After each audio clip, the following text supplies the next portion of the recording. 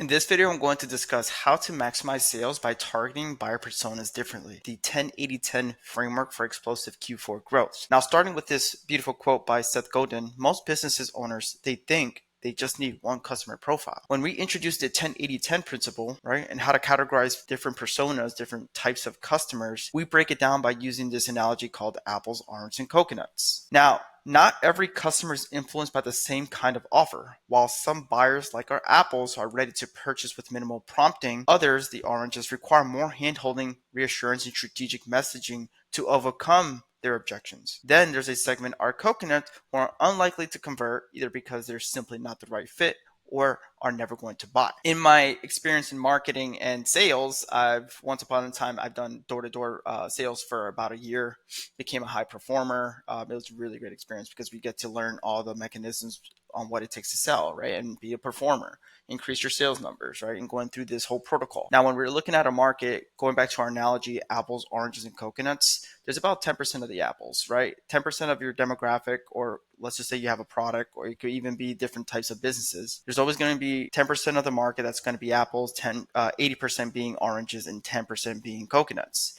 So when we were in door to door, let's use these little house looking figures as the houses, right? Let's just say we get a whole sheet of about 200 doors. What we would do is we go out to our location and then we'll start door knocking. And then we have our sales scripts, and then we have sales frameworks, and we did this whole training protocol. As we're proceeding every single door, we're going to encounter 10% of the people from the 200 doors that are going to be apples.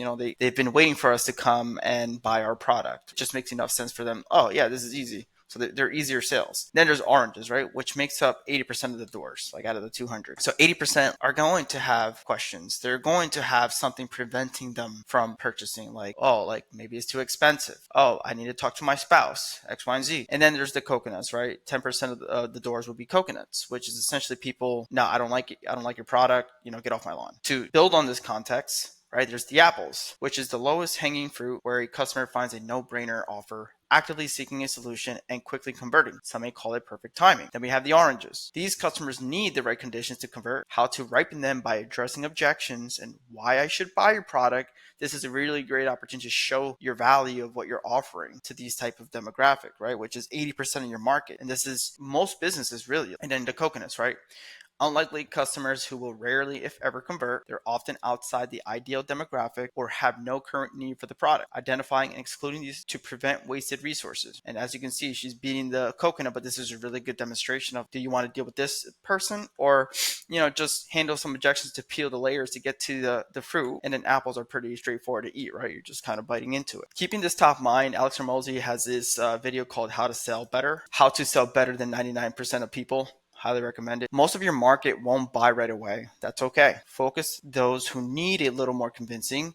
These are the ones who represent the biggest opportunity, right? The 80% of the market. With the right offer and approach, you can tip them over the edge and capture the bulk of your market rather than just the easy win. So with the current context that we have, here's a quick case study on how to convert oranges strategically with this brand that we worked with. We took the hero product during the Q4 play and did the following. We increased price on the hero product to ensure increased bottom line profits, right? We're not just looking at top line revenue, we're looking at that contribution margin. We established a winning bundle that complemented hero product, right? Based off analysis and looking at the store data, we saw different pieces that fit really well with our hero product. So for us, became a no-brainer. Well, some people are asking for this. If we merge them, this can really bring a lot of upside. And then what we did was we prepared themed holiday ads that fit the season, right? Showcasing the Grand Slam offer we created. Now, due to all these practical steps, the outcome of this was offered worked perfectly, reducing our cost to acquire a customer by 44%.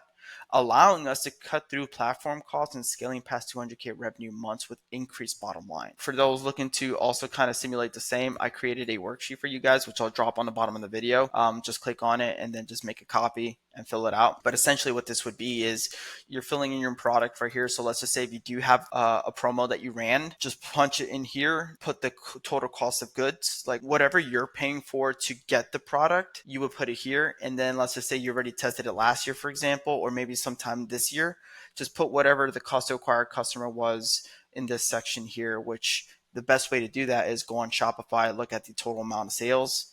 Maybe you spent, let's just say $1,000 for the month, just divide it by 1,000 for the number of sales that you directly attributed to that product you were advertising, right? And that's going to give you your total cost to acquire a customer. This is going to help. Now, for those that don't have offering that they tested, here's some examples I placed here to demonstrate what you can do and what you can play with. And you can still fill this out. Okay, if I tested an offer like this, what would be your total cost of goods? And this would be after you're testing it out, you can just place the details. All right, moving on. And for those that don't know what a hero product is, it's essentially a flagship item that drives most sales and brand recognition. It's highly appealing to the target audience, often central to marketing efforts, and plays a key role in attracting new customers and building brand identity. More so attracting that 80% of the market, the oranges. If you're getting a lot of feedback, people wanting this item a lot and is solving a market issue, this would be a really good example to get oranges to purchase more often, right? Which is exactly what we've seen here. Now, moving forward, the importance of strategic offers in Q4. Q4 seasonal boost can shift the buying landscape with more oranges ready to buy under the right circumstances. There's two perspectives. For some brands, there needs to be intro offers to help convert as many oranges as you can convert, especially during a time when they have their wallets out. Think of Black Friday, Cyber Monday, the holiday season. Everyone's in a buying frenzy. I'm buying something for myself. I'm buying an outfit. I'm buying gifts for my kids. I'm buying gifts for the family, X, Y, and Z, right? They're ready. They have their wallet out. So this is where we come into action and having a very solid plan to help convert these people who's been wanting to buy your product. So here's the idea between like when we have oranges and handling certain objections. This is a consideration point. There's person one who's been wanting to buy your product for weeks or months, but either can't afford your product or lets life get in the way from preventing them to buy for whatever's stopping them. Now, this is where intro offers come into play, promotions come into play, something that seems irresistible. This can be the solution to push them over the edge so that they can make the buying decision and purchase your product. And now you got them into your ecosystem, right? Where you can later sell them more products, etc. And then for those bargain hunters, a really good strategy you can implement is, and this is really for those that have this thought where, oh, if I push out a promotion or offer, I'm devaluing my product.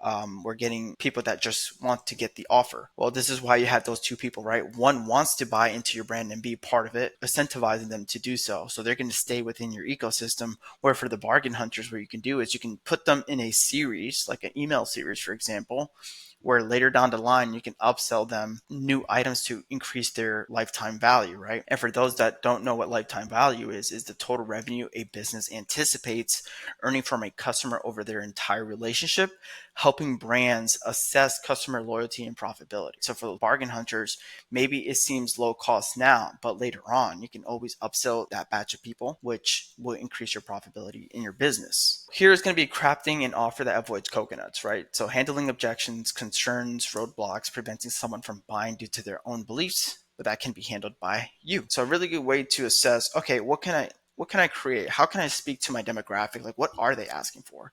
The easiest way is, one, you can look at this with your own ads. You can look at this with your competitor ads that are relevant to your brand, right? So I'm using Apple here as a really good example. Apple, for example, this is an ad. And then all you really need to do is just go into your comments, and here's a whole conversation of people who love it. So Apple's and people who have questions that haven't purchased the product yet, like oranges. And then you're going to have some comments you'll probably find in here that are like, I hate Apple. I am a Windows person hardcore. I'm never converting. That is a coconut. We're not creating systems for coconuts. We're creating systems for the 80% of the market, which is that orange, and then also the additional 10%, which is apples. So that's 90% of your market that you're really catering your messaging to. And here's going to be your data to support what do they want and what conversations can you help tackle and answer for them. Also, if you have a sales team in your organization or in your business, that's really great feedback too to help develop offers. Your demographic is always going to be your strongest ally because they're giving you what they want. Going into, create a landscape for your market, right? So attract apples with simplicity, provide incentives for oranges, and avoid wasting efforts on coconuts, right? So we're not spending time and energy on that. We're focusing on 90% of the market, which is going to be apples and oranges. Here's a really good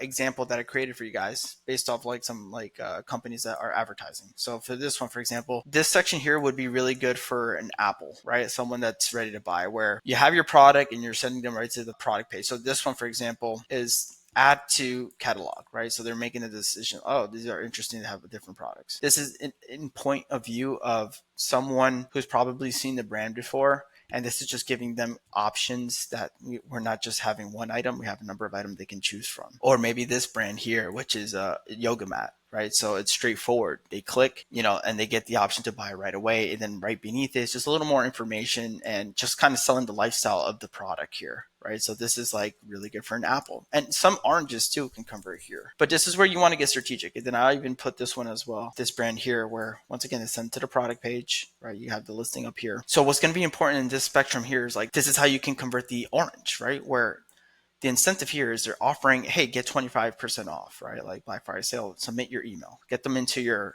business and on the back end, where you don't need to buy them again. So this is a good incentivize to take that orange, right? Maybe they wanted to buy your product or test your product, but they didn't want to spend the price. So here can justify them getting over the edge to purchase the product. In addition to that is this little section right here. So let's go. Some apples are going to go in here. All this makes sense. Even the additional benefit is there is this buy any two get 15% off, and then it's kind of a scaling model, as we can see here. And then it just purchased. But then for the oranges, the scaling model might also justify too. This works, right? And then the rest is context of like what they're all about. And you can see this below. Okay. Now let's go to Mudwater. What I like about Mudwater is Mudwater does a really good example of this. So you have the ad, and then this goes to the product page, right? Product page, right? So these are for these apples, and then you'll get a couple, mostly for apples, right? Apples, and then oranges will come in here. Then you have the bottom layer here, how to drink it, right? Like you're just getting more an understanding of Mudwater and how to kind of go about the process. And then you got the testimonials, etc., the ingredients.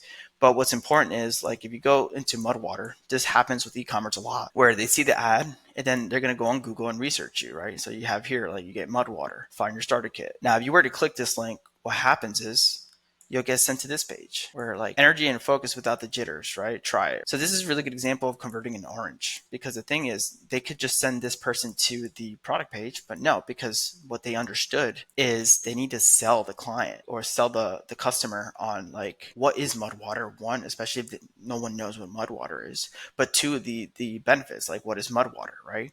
How do I drink it? Then here's the ingredients, which is not that far different. Sorry if I'm going too fast for you guys.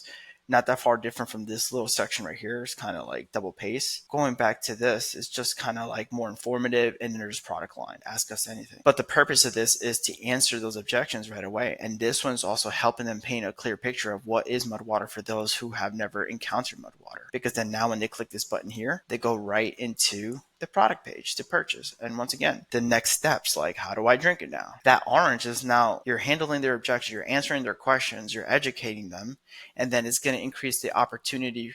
Specifically, even like look at this, like get 15% off code fall, right? That's an incentive to then convert someone into Mudwater. And for brands like this is important because like, brands like this, they want that recurringness where they want that you continue to buy a consumable, right? Skincare does the same thing. So it's important that we're keeping top mind, depending on what brand you're advertising, these functions are in place, because that's the ecosystem you need to create to inform an apple and orange, right? That's 90% of your market. Taken to top mind too is like that's the oranges is what your competitors are also looking to tackle as well. So that's where you're really playing the biggest field in that 80%, the oranges. Cool. So to conclude everything, once again, there's apples, which is 10% of your market. There's oranges, 80% of the market. And there's coconuts, which is 10% of the market. Your primary focus ideally should be the apples and the oranges, which is 90% of your market. Apples being, hey, they're going to buy, make it a very smooth experience for them to purchase your product. Less barriers to entry. Oranges, they just need more convincing. You have to handle the objective. Is like they're going to have questions, and most people, they will sell themselves out of a solution. So then it's your job to essentially answer their questions as best as you can by doing your research, looking at your demographic and hearing what they're asking for, because they're giving you the answers. All you have to do is just create that ecosystem, that conversation in your brand